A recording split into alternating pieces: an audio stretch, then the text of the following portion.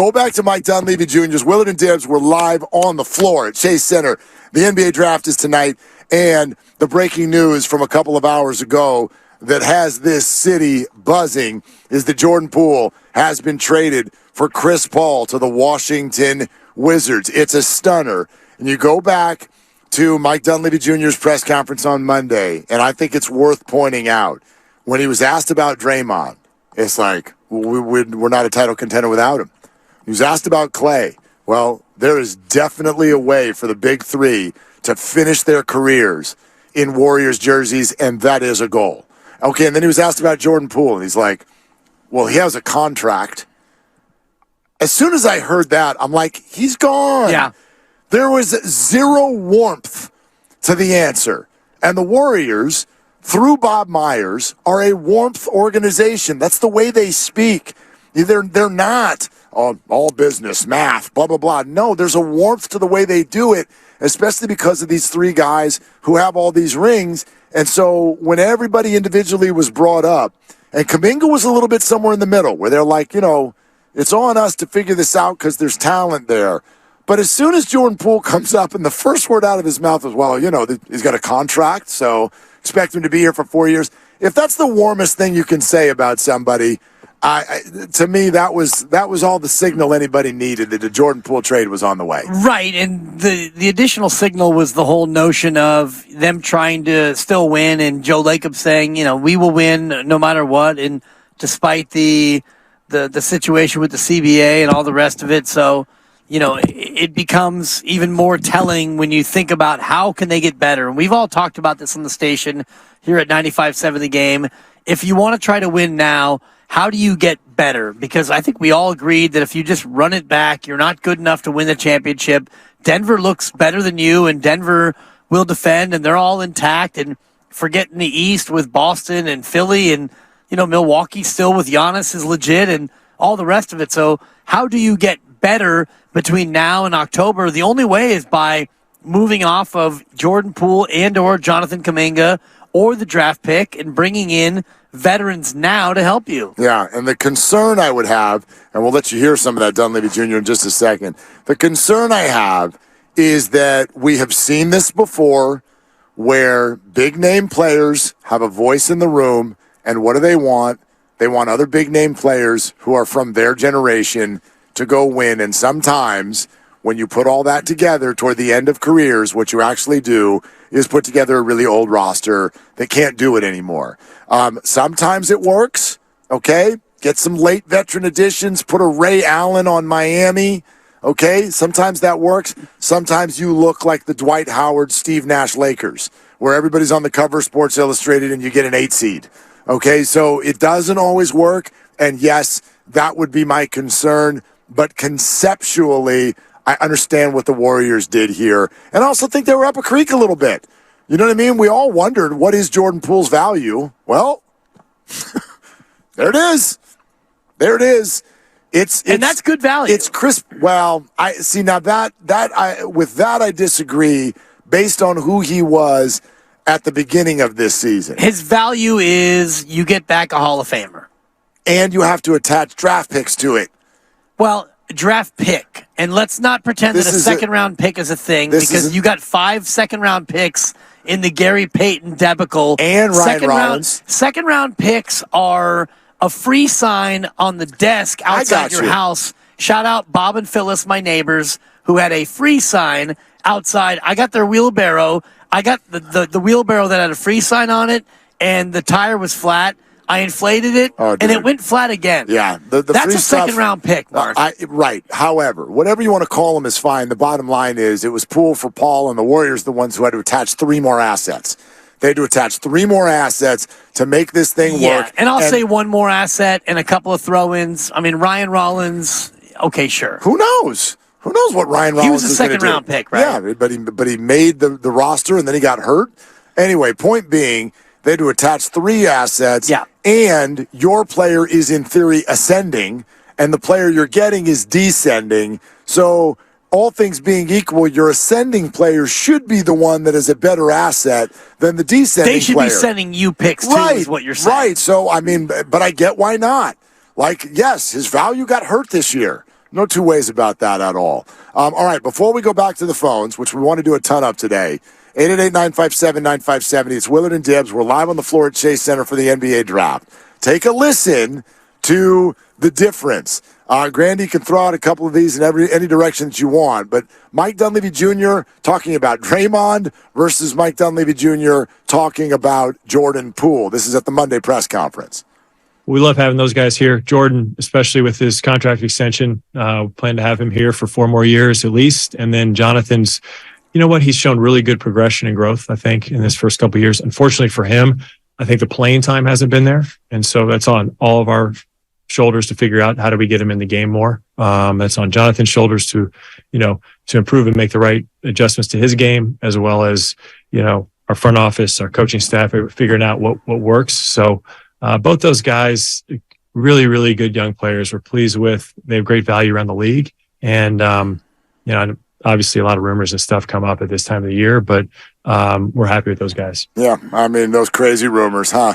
Yeah, don't ever listen to those. No. Listen, you could hear it right away. Even being asked about the young guys, he says Jordan Poole for about 2 seconds goes, we love him with his contract extension. He's going to be here for 4 years and longer. And then he goes on and on about Kuminga, which makes me think that there's a little bit more thought into the future of Kuminga. But just kind of circles back to, we love those guys. They're good young players. And, of course, they're going to gas them up publicly because they want the league to think that the Warriors want to keep those guys, because that can only help trade value. Now, contrast that with what he sounded like when he was asked about Draymond Green. I think first and foremost, like it's been said, to be able to get Draymond back would be huge. From there, we would love to make improvements to the point of, can we add some shooting? Can we add some more versatility? And can we add some connectivity? Whether that's, their ball handling, passing, veteran experience. I think we've talked to the coaching staff. We talked to our players. We have a good sense of kind of what we need to do. And fortunately, it's nothing drastic, but there's some things we can do around the margins and, make a move here or there, then we're going to be open to it. Connectivity, passing, and veteran experience. Well, before that, he says, yes, we'd love to have Draymond back. And from there, we want to improve the roster. Correct. So that tells me that, yes, they're going to bring Draymond back. And then from there, you're going to do the exact same things that you mentioned. And I do believe that Chris Paul gives you that connectivity. He's a guy who knows how to play, whether or not you like the way that he complains and flops and the way he carries on and whether or not he is a diminishing player or not. That's true. All those things are true, but he's a guy who knows how to play basketball. Yeah. He's a Hall of Famer. He's 38. And I do believe that he has an understanding about how the Warriors play and how he can fit in with this team in terms of connectivity and also versatility. Yeah. Because he can come off the bench if Steph is out, and if it's Clay's load managed, he can start. He can come off the bench. He's never come off the bench, but I believe that he's in a spot now where he's closer to what Karl Malone and Horace Grant did with the Lakers. Because you mentioned the Lakers before with Nash and GP2, but it actually started earlier with that Karl Malone and Horace Grant run that they had in 2004. Well, yeah, you're thinking of Karl Malone and Gary Payton, GP1. You said GP2. Correct. Yeah, Gary Payton and Karl also Malone. Horace Grant. It didn't work, though, partially because... Well, they made the NBA Finals. Yeah, but Malone got hurt, and then they got whipped by the Detroit Pistons. Correct. But, yes. But, this team, if you ask Joe Lacob right now, would you take an NBA Finals next year even if you lost in 5? Yeah. He would say yes. Would he? Privately. I don't know. As opposed to what you had this year? With that's infighting, better. virtual, literal infighting. Well, no, yeah, minus out the infighting, but I don't know if people like Joe Lacob, if you go up and say, hey, how's second place sound? I know you came in 6th place. Tied for 5th. How's second place sound? Whatever, dude. There's first and then there's everybody else, especially for people like that. Well, yes and no, because if you do come in second, I know you make more money. Oh, my God, so much money. I don't know. Does Joe Lacob wake up every day like, you know what I need to do? I need to figure out how to make a few more bucks. I don't know. Does he? No. That seems odd to me. If you said to Joe Lacob, hey, Joe, next year you'll either make $10 million or you'll make $30 million, which do you prefer? I would phrase it this way, Joe. He'd prefer the 30. Would you love to show up and have a chance to win the whole thing in the last series?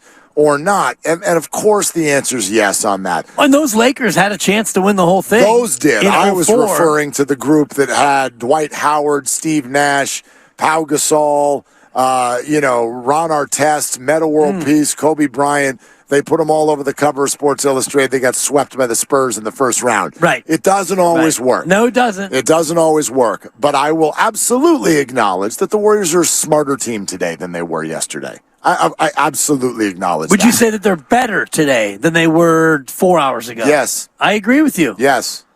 Yeah. Now, if I ask you about the 2027 Warriors, that's a different conversation. But we're just talking about... that team's more flexible. The No doubt. 2027, Yeah. they're more flexible than they were earlier today. Gene in Oakland next up here on Willard and Dibs. Hey, guys. On the floor here, Chase Center, 2023 NBA Draft. Hey, Gene, what are you doing? Sitting outside my office right now. Not a bit. Till I finish with you guys. So, yeah. You can I finish with us. agree. We're a better team now than we were 4 hours ago. I wanted to get CP3 when he was available. But, with certain conditions that I didn't want to spending a lot of money on him. Well, we're going to be spending a fair amount this year, but we do get relief in the future as compared to keeping Poole. And I was kind of concerned about his attitude, whether he'd be prepared to come off the bench. Well, I have to believe that they've vetted that all out. And, it's a guy that's going to the Hall of Fame. He's 38 and doesn't have a ring. So I'm guessing he's prepared to do whatever's necessary to win a championship, and that's good. And, yeah, I hated CP3 when he was with someone else, just like I would have. I'd hate Draymond Green if he was with somebody else. But now I love him. I embrace him. We've gotten better. We're getting the experienced vets that we need. I just hope that we can package a few more of these young guys, maybe Kuminga in the pick tonight, to get some size to help, Draymond and Loon, in the paint. And if we do that, we may be ready to go. Thank you, Gene. This Size is interesting. matters. Well, this is an interesting Gene, thought thank for you. tonight, because tonight is now obviously going to get just like totally overwhelmed by the news of the day. No, tonight is big, Mark. Well, no, of course it's big, but people are going to be talking about the news of the trade rather than the 19th overall pick if they end up making the 19th overall pick. But there's a fair question to be asked. You have this organization. Fans right now are asking, does this organization want to play young players? Good question. Wiseman moves on. Yeah. Now you're moving away from Jordan. We'll see about Kuminga. Moody, Ryan Rollins, Moody- R.I.P. Ryan- In theory. He's right. still with us. For he's the moment, He's yes. still with us. But the point is that if you're going to be based on Steph, Clay, if Dre comes back, Chris Paul, In theory. you're so veteran laden.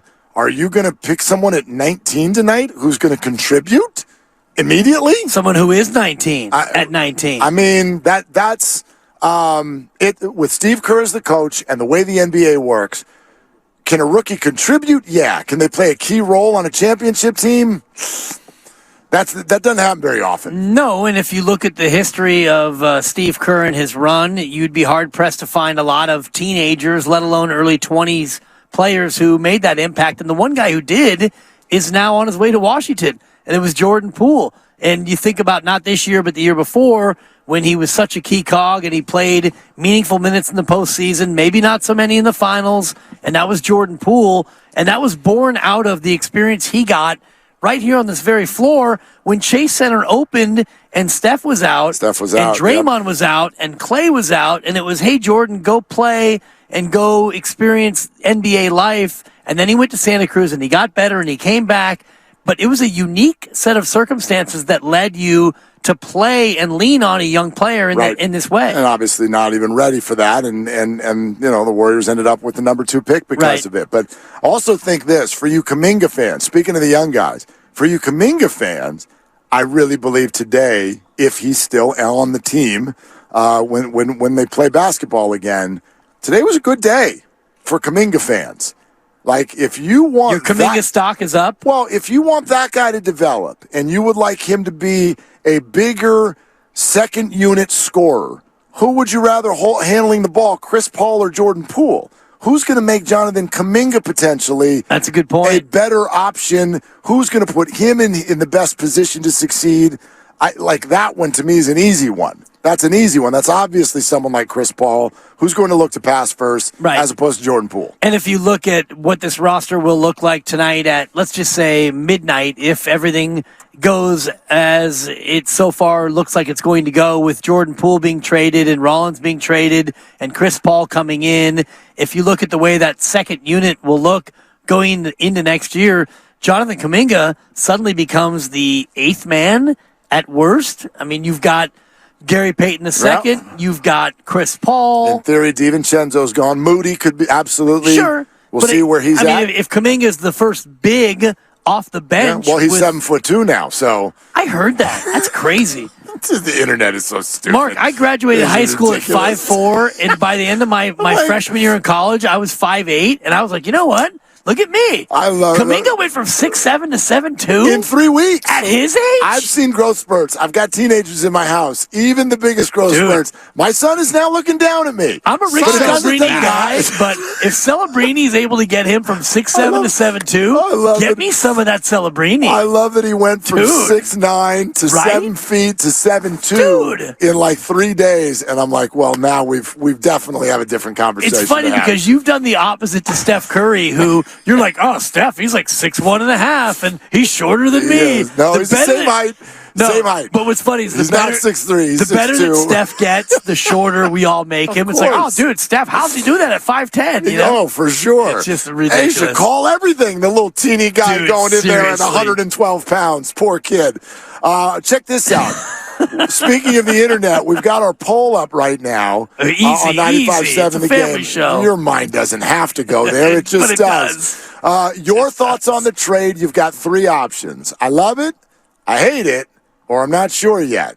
Right now, tracking the data, I love it, 19%. Okay. I hate it, 32%. Not sure yet, 48%.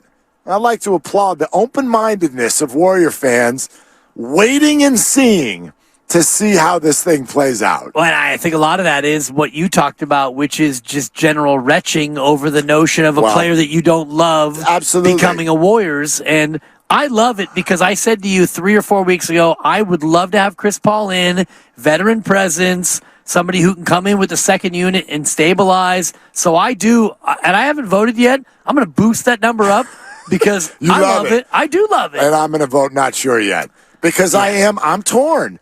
Let's see how he plays. You're pulling a Steiny right now. Well, no, I don't have a strong opinion. I have 2 strong opinions at the same time. Good point. I have 2 strong opinions. One of them is the Warriors had to trade Jordan Poole. And another one is, to this point in my life, I have not enjoyed watching Chris Paul play basketball. Those are my strong opinions. And so I'm torn on this one. Yeah. I get that the Warriors were in a spot where Jordan Poole trade made a whole lot of sense. I understand that a skill set like what Chris Paul has had in the past makes a lot of sense. I think that there are plenty of fair questions to ask, though, about where he's at mentally and physically with the rest of his career. I guess where I am with Chris Paul is where every other NBA fan would be with Draymond Green in terms of can't stand him when he's not on your team, love him when he's on your team. When I watch Chris Paul play, there is a certain amount of disdain and distaste that I've always had because he's been on the other team. And I feel the same way about Kyrie Irving. I think Kyrie's different because of his off-the-court stuff, flat earth, and all the rest of it.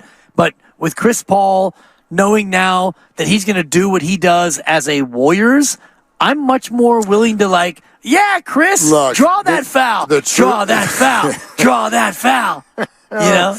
Gosh, the first time he falls down when no one touched him, that's a good I'm just going to be like, I got to go. Can we please get excited about a Warrior going to the foul line, though? Because we don't shoot free throws here in Golden State. I don't care if you fall, but can someone touch you first? That's going to be my first question when he gets to town. Hi, Chris, could you switch your game so that when you fall over, someone could actually touch you first? No. I need you on the foul line. They actually, and I'm just quoting sources that, maybe I don't have, but they were going to erase the foul line from Chase Center because the Warriors weren't using it. It's just, Well, Guru said that on the way over here. I'm listening to him go, gosh, how do you replace the Jordan Poole automatically get to the foul line whenever you want guy? I'm like, what season did you watch? Yeah. How many free throws did he even attempt in the playoffs? He's not that guy. he can get to the hoop and fall, Sure, but not always foul.